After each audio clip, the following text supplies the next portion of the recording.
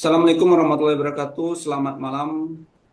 Kami dari kelompok 7 akan mempresentasikan final project praktikum production and operation analysis. Kelompok kami terdiri 4 orang, saya sendiri Bambi, kemudian Immanuel, Leonard, dan Muhammad Iqbal.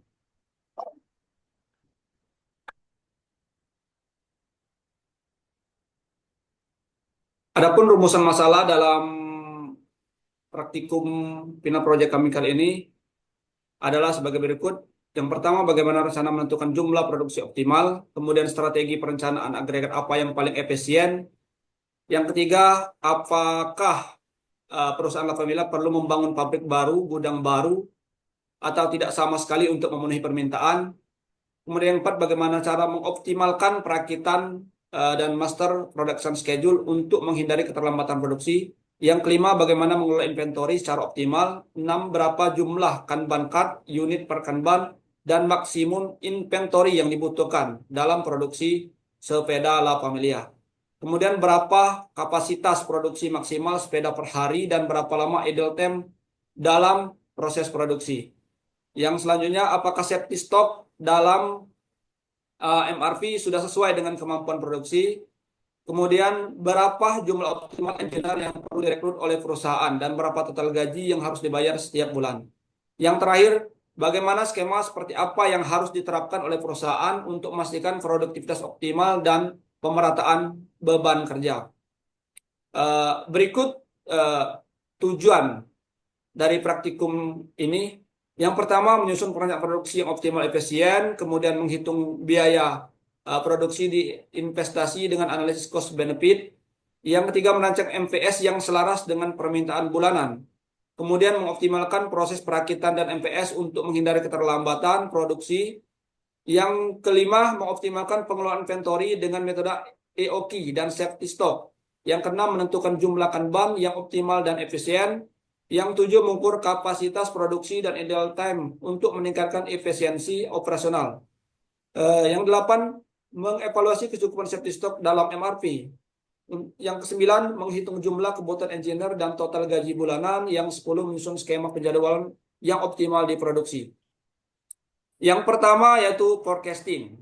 Forecasting merupakan sebuah upaya untuk memperkirakan berdasarkan data yang telah ada. Forecasting atau peramalan dapat digunakan sebagai metode guna merumuskan arah kebijakan dalam beberapa waktu ke depan. Metode forecasting ada 4. Yang pertama moving average, TSD, Hall method, dan Winter method. Berdasarkan perhitungan yang kami lakukan, di mana TSD merupakan metode yang paling optimal dalam case study yang kali ini. Untuk selanjutnya, silakan dilanjutkan, Mas El. Baik, terima kasih Mas Bambi. Berikut untuk modul 2 dari kami itu agregat planning, di mana agregat planning adalah proses perencanaan produksi jangka menengah yang bertujuan untuk menyesuaikan kapasitas produksi dengan permintaan pasar dalam suatu periode tertentu. Rencana ini mempertimbangkan berbagai faktor seperti tenaga kerja, tingkat produksi, persediaan produk, dan sumber daya lainnya. Untuk datanya bisa dilihat pada bagian bawah dan samping kiri layar ya. Baik. Next, Pak. Oke, untuk berikut adalah overall comparison atau perbandingan dari keseluruhan metode yang dapat digunakan untuk aggregate planning. Berdasarkan 4 metode yang dilakukan, diperoleh zero inventory plan sebesar 208 208 miliar 389 juta 397.922 rupiah untuk constant work, dan untuk sisa di 3 metode lainnya dari perbandingan dari total 4 metode yang kami gunakan, kami peroleh bahwa eh, didapatkan bahwa metode zero inventory plan memiliki total cost yang paling kecil, yaitu sebesar 208 miliar 389 juta 397.922 rupiah. Lanjut. Kemudian untuk modul 3, assembly proses, mana assembly chart merupakan proses yang menyatukan komponen-komponen menjadi produk yang lengkap. Proses ini digunakan untuk merakit komponen dan material dalam urutan yang telah ditentukan sebelumnya hingga menjadi produk akhir. Tujuan utama dari assembly proses adalah untuk memastikan bahwa setiap komponen berfungsi secara harmonis dalam produk akhir sehingga menghasilkan kinerja yang optimal dan memenuhi standar kualitas yang ditentukan. Dapat lihat pada diagram dan struktur produk yang dilakukan, kami menyusun untuk struktur produk dari awal perakitan hingga pada produk jadi siap pakai. Nah, next. Kemudian pada bagian Bill of Material atau BOM, dilakukan analisis struktur produk yang dimana sering disebut sebagai produk structure tree atau Bill of Material atau BOM, yang merupakan representasi visual dari produk yang menunjukkan bagaimana komponen-komponen disusun secara hierarkis untuk membentuk produk akhir. BOM mencakup informasi tentang bahan baku, komponen, dan suprakitan yang diperlukan untuk memproduksi suatu unit produk. BOM dapat dibuat berdasarkan struktur produk yang telah dibuat pada tahap sebelumnya dengan memasukkan semua komponen yang ada secara berurutan sesuai dengan penomoran pada struktur, level, deskripsi, dan kuantitas produk yang terdapat pada tabel. Next. Ya, selanjutnya untuk modul 4 terkait Master Production Scheduling atau MPS, di mana MPS ini merupakan rencana induk produksi yang menjabarkan apa, berapa banyak, dan kapan produk akan diproduksi dalam suatu periode waktu tertentu. MPS digunakan untuk mengkoordinasikan kegiatan produksi, manajemen inventory, dan pengadaan bahan baku secara efektif. Nah, berdasarkan hasil perhitungan yang dilakukan, dapat diketahui bahwa pada periode pertama perusahaan harus memproduksi minimal jumlah sepeda sebanyak 48.379 unit agar dapat memenuhi permintaan pelanggan pada periode pertama. Sedangkan dari hasil perhitungan ATP1 menyebutkan bahwa pada periode pertama perusahaan memiliki 8.750 unit sepeda yang dapat dijanjikan atau dalam hal ini safety stock perusahaan kepada pelanggan untuk dipenuhi. Dan pada hasil perhitungan PAB diketahui bahwa pada akhir periode pada akhir periode satu perusahaan memiliki sisa sepeda sebanyak 8.750 unit, sedangkan pada periode akhir perusahaan kekurangan sebanyak 421 unit sepeda. Untuk hasil perhitungannya dapat dilihat di tabel yang sudah kami sediakan. Untuk selanjutnya akan dilanjutkan oleh rekan saya. Silakan, Mas. Oke, terima kasih Mas L. Selanjutnya yaitu modul 4, yaitu Material Recruitment Planning atau MRP. MRP adalah sebuah sistem yang digunakan untuk menghitung dan merencanakan kebutuhan material yang dibutuhkan untuk memproduksi suatu produk. Sistem ini membantu memastikan bahwa material yang tepat tersedia pada waktu yang tepat untuk mendukung proses produksi. MRP juga membantu dalam mengoptimalkan persediaan, mengurangi biaya, dan meningkatkan efisien produksi. Nah, di sini dapat dilihat ada data-data contoh case-nya. Next. Nah, di sini material recruitment planning ya masih di MRP. Di sini ada disajikan simple data MRP wells. Secara umum, nilai hasil gross recruitment di setiap periode menunjukkan banyaknya permintaan yang tinggi dan juga fluktuatif. Hal ini menggambarkan fluktuasi permintaan dari produk akhir atau finish product yang relatif tinggi, sehingga sistem perencanaan dan penyediaan harus sesuai terhadap permintaan pasar atau permintaan dari sistem produksi. Karena permintaan yang nilainya bervariasi, terkadang tinggi, terkadang rendah, mengindikasikan pentingnya strategi perencanaan yang fleksibel dan terintegrasi dengan sistem informasi lainnya agar perusahaan tidak mengalami kelebihan produksi atau overproduction atau kehabisan stok atau stock out. Next, Mas. Selanjutnya modul 6 yaitu lot sizing. Lot sizing adalah jadwalan yang menghitung pesanan beberapa bulan ke depan menggunakan format MRP yang sebelumnya. Lot sizing mengoptimalkan perencanaan untuk pesanan dan distribusi produk dengan menentukan persyaratan distribusi bersih bertahap waktu agregat pada titik yang sama dalam aliran material seperti pada produk induk MRP. Nah, di sini terlihat nih sampel data wells metode list unit cost.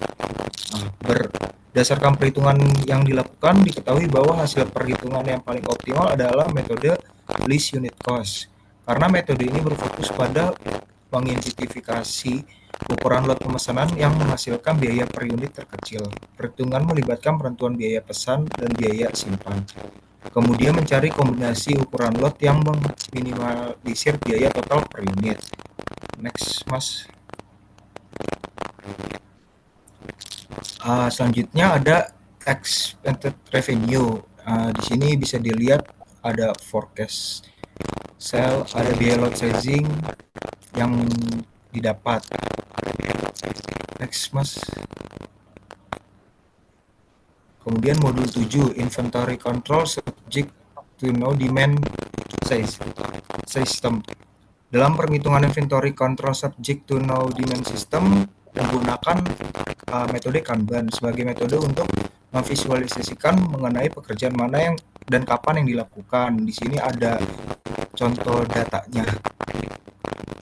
Next, Mas. Untuk selanjutnya bisa dilanjut oleh Mas selanjutnya. Baik, terima kasih Mas. Untuk yang selanjutnya merupakan operating scheduling, di mana di sini ditunjukkan pada tabel CDS algoritma, terdiri dari 5 part dan beberapa item mesin proses yang akan digunakan. Kita bisa lihat pada charts di bawah ini. Next, Mas. Berikutnya juga ada charts. Ya, charts. Dari charts yang sudah dibuat, bisa kita lihat terjadi overlapping proses pada setiap mesin-mesin produksi yang akan digunakan.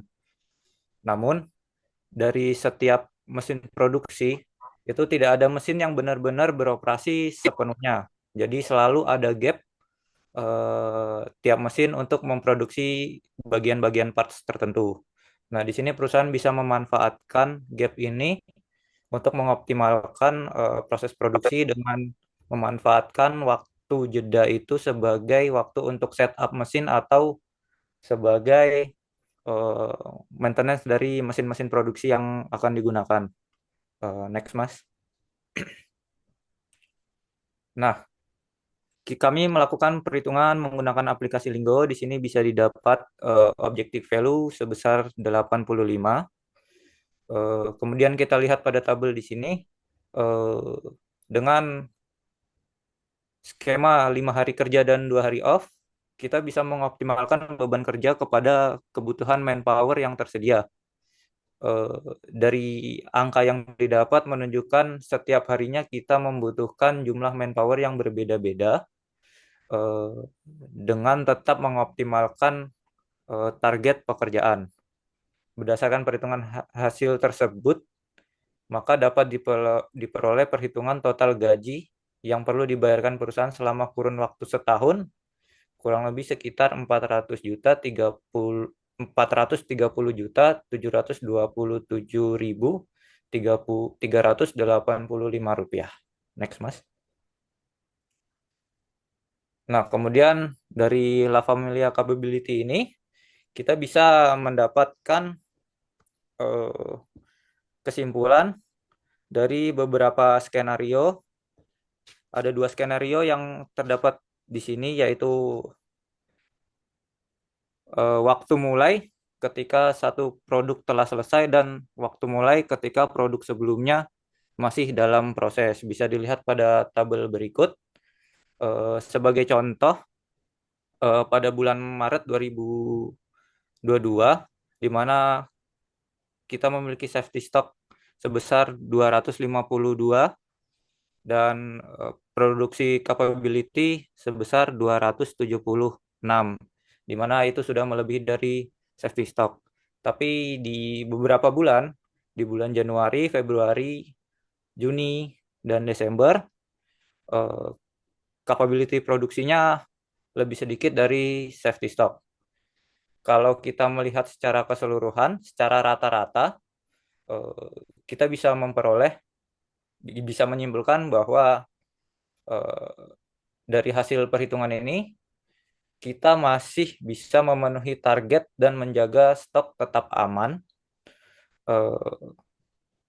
dari safety stock yang telah dibuat sebelumnya. Next, Mas. Baik, demikian laporan praktikum dari kelompok kami. Semoga ini bisa bermanfaat untuk rekan-rekan semuanya. Sekian, terima kasih.